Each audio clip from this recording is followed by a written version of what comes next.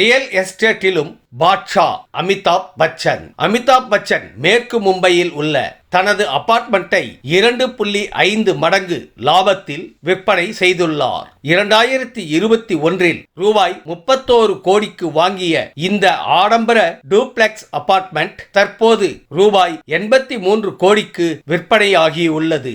இந்த வீட்டை நவம்பர் மாதம் 2021 நடிகை கிருத்தி சுனோனுக்கு மாதம் ரூபாய் 10 லட்சத்துக்கு வாடகைக்கு விட்டிருந்தார் அமிதாப் பச்சன். அதை 2024 ஒரே நேரத்தில் 10 அபார்ட்மெண்ட்டை அவர் வாங்கினார். வாடகையே ரூபாய் 10 லட்சமாம். ரூபாய் 173க்கு வாங்கி ரூபாய் 43 கோடிக்கு விற்று கோடீஸ்வரரானவர். நம் வீட்டில் பழையது இருந்தால் தூக்கி எறிவோம், ஆனால் பழைய பொருளை விற்று அமெரிக்காவை சேர்ந்த குயரோ என்ற நபர் கோடீஸ்வரராகியுள்ளார். கடந்த 2010 பழைய புகைப்படம் ஒன்றை அவர் ரூபாய் 173க்கு வாங்கியுள்ளார். அந்த புகைப்படத்தில் இருப்பவர் 1800களில் அந்த நாட்டில் ஃபேமஸாக இருந்த கேங்ஸ்டர் பில்லி தி கிட் என்பது தெரிய வந்துள்ளது. உடனே அதை ஏலத்தில் விட்டு குயரோ 5 மில்லியன் அமெரிக்க டாலருக்கு, அதாவது இந்திய மதிப்பில் ரூபாய் 43 கோடிக்கு சம்பாதித்துள்ளார் அவர்.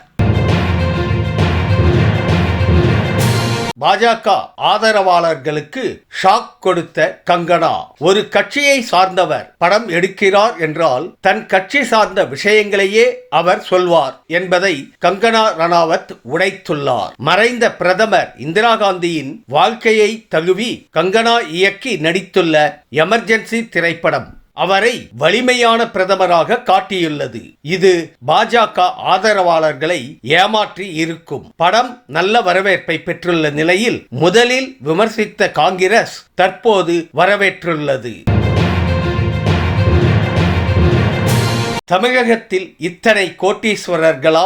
தமிழகத்தில் 6288 பேர் ரூபாய் 1 கோடிக்கும் அதிகமான வருமானம் ஈட்டுவதாக தெரிய வந்துள்ளது. வருமான வரி தாக்கல் செய்த தரவுகளின் அடிப்படையில் இந்த பட்டியல் தயார் செய்யப்பட்டுள்ளது. இந்த பட்டியலில் மகாராஷ்டிரா 1,24,800 பேர் முதலிடத்தில் உள்ளது. அதற்கு அடுத்தபடியாக உத்தரப்பிரதேசத்தில் 24,050 பேரும், மத்திய பிரதேசத்தில் 8,666 பேரும் ரூபாய் 1 கோடிக்கும் அதிகமான வருமானம் ஈட்டுகின்றனர். தென் மாநிலங்களில் தமிழ்நாடு முதலிடத்தில் உள்ளது. இந்த வீடியோ உங்களுக்கு பிடிச்சிருந்தா கமெண்ட் பண்ணுங்க, ஷேர் பண்ணுங்க, லைக் பண்ணுங்க, மறக்காம சப்ஸ்கிரைப் பண்ணுங்க. நன்றி.